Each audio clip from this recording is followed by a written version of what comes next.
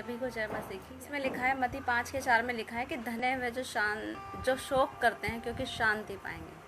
क्या लिखा है? धन्य है वे जो शोक करते हैं क्योंकि वे शांति पाएंगे। तो यहाँ पे जो धन्य का जो अर्थ है, यहाँ पे यीशु मसीह कहना चाहते हैं कि धन्य वे वो है जो शोक करते हैं, वो खुश है, वो आनंदित है। ठीक है, तो यहाँ यीशु मसीह जो आनंद के बारे में बात कर रहे हैं वो आनंद नहीं है, वो संसार का आनंद नहीं है, वो आत्मिक आनंद के बारे में बात कर रहे हैं। संसार क्या कहता है? हमें आनंद होने के लिए हमें क्या कहता है कि हमें दुख से और परेशानियों से क्या करना है? बचना है और हमें शोक नहीं करना है। ठीक है, संसार हमें ये बताता है कि हमें शोक नहीं करना, हमें खुशी को ढूंढना है, राइट।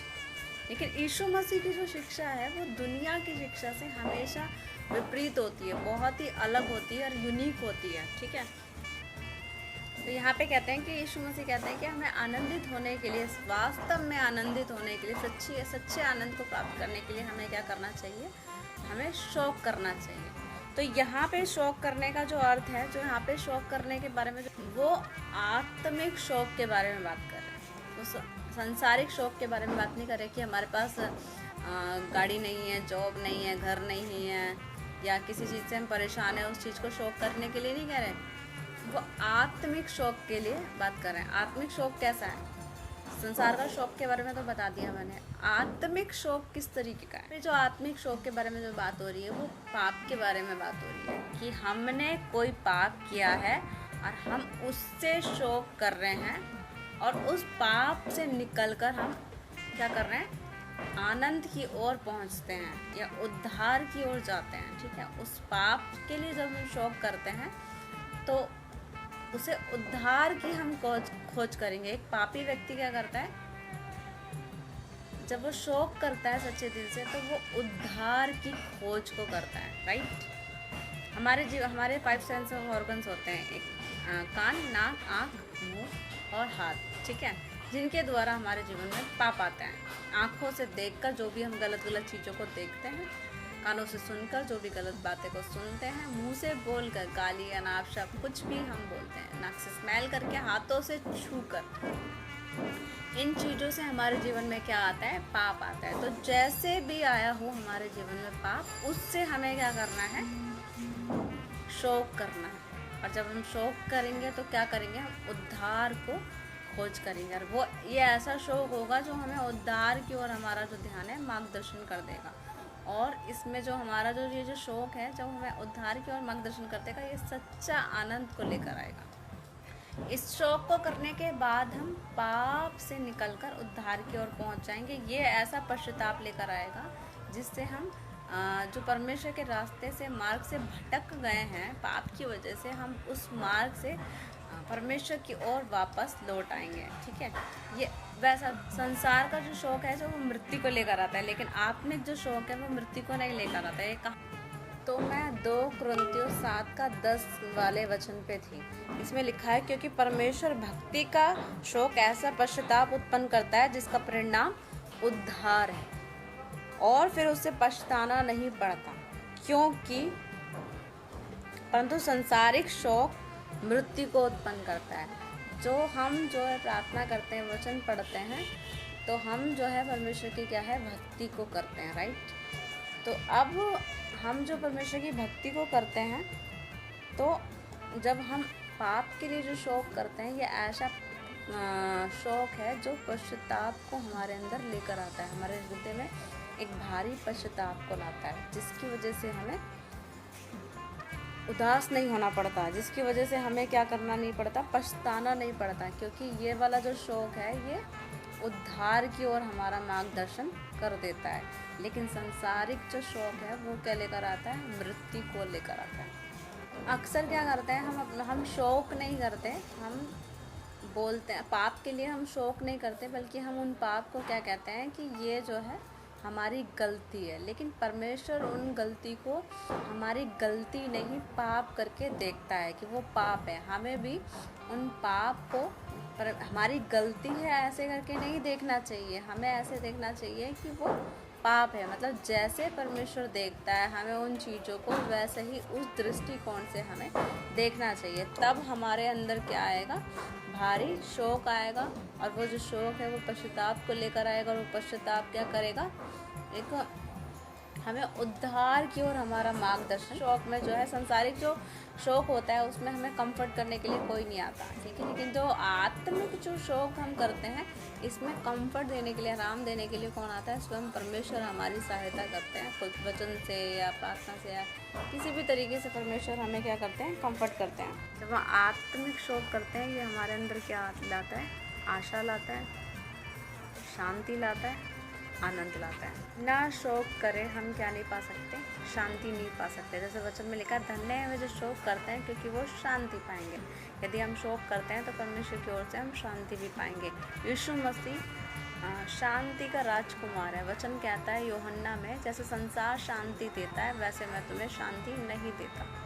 अच्छा, अब हम एक स्टोरी देखेंगे जिसके अंदर हमें पता चलता है कि उस व्यक्ति ने किस तरीके का शौक करा है, पाप को लेकर कैसा शौक करा है। छोटी सी स्टोरी देखेंगे जिससे हम अच्छे से समझ जाएंगे कि मैं किस शौक के बारे में बात कर रही हूँ। का 19 का 1 से 10।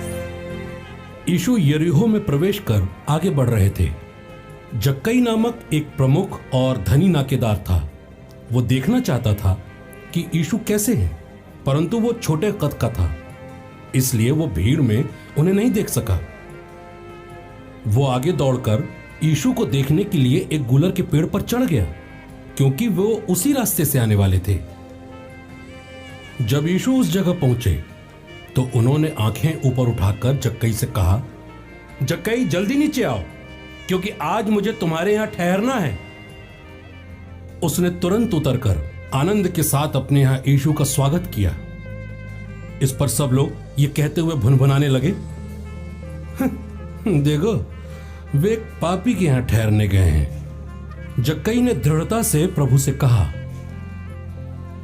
प्रभु देखिए, मैं अपनी आधी संपत्ति गरीबों को दे दूंगा, और मैंने जिन लोगों के साथ यदि कोई भी बेईमानी की है उन्हें 4 गुना लौटा दूंगा। यीशु ने उससे कहा, आज इस घर में मुक्ति का आगमन हुआ है, क्योंकि यह भी इब्राहिम का बेटा है जो खो गया था। मानव पुत्र उसी को खोजने और बचाने आया है।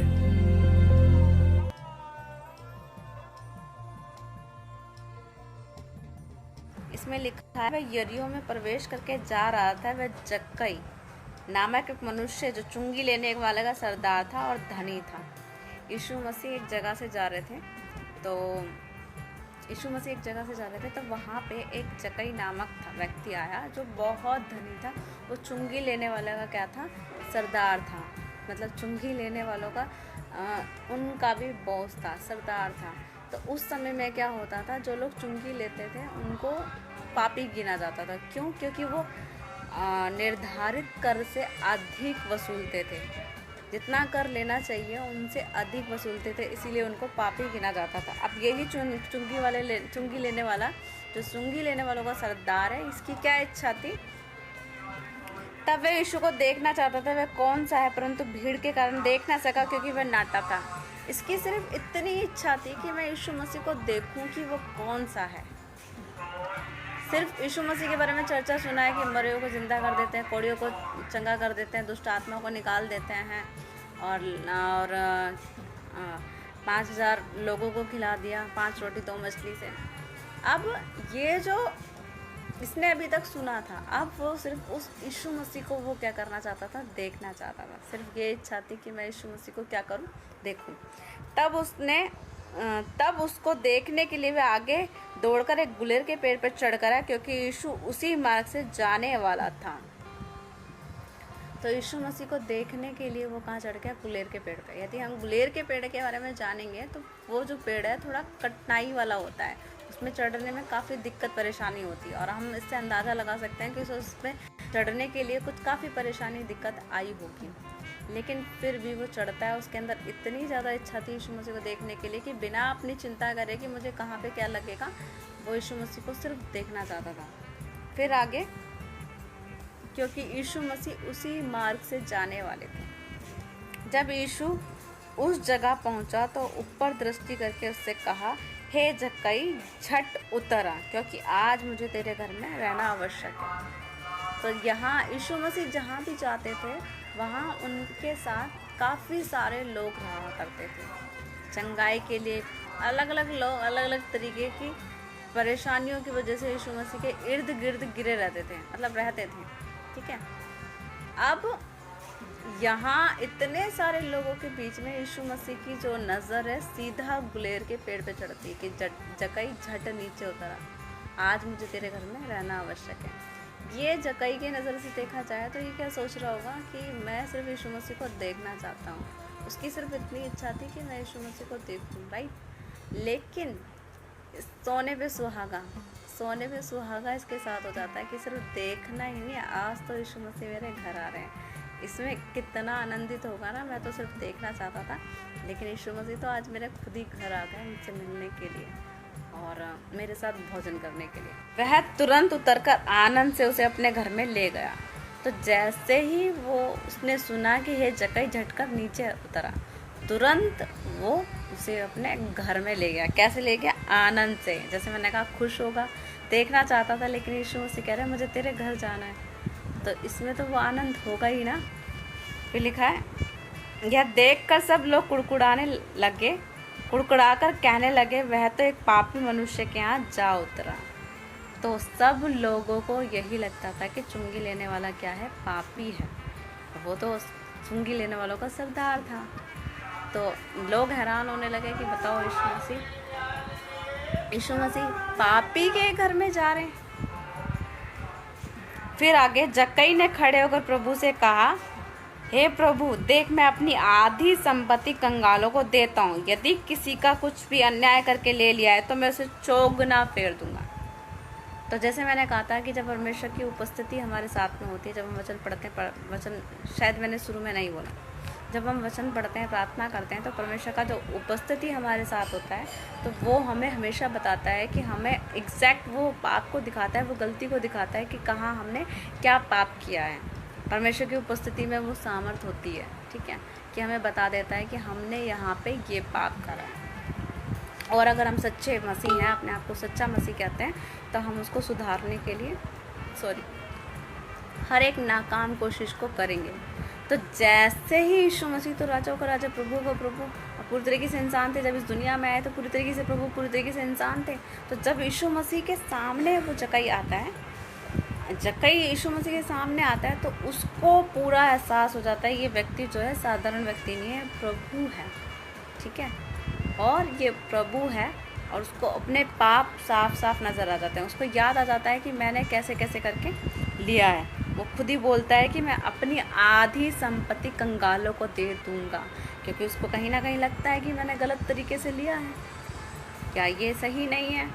उसको एहसास हुआ, उस परमेश्वर की उपस्थिति ने उसे एहसास दिलाया कि ये गलत है, ये पाप है और इसमें उसको सुधार लाने की ज़रूरत है। तो बिना यीशु मसीह के कहे वो खुद ही सुधार को लाता है, राइट।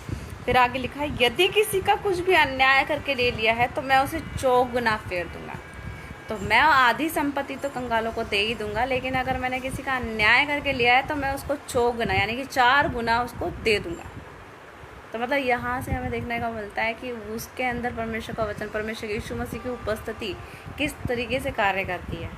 कि जब मैंने कहा था, जब वचन पढ़ते हैं, प्रार्थना करते हैं, तो परमेश्वर की उपस्थिति हमें बताता है कि हमने कहाँ क्या पाप किया है।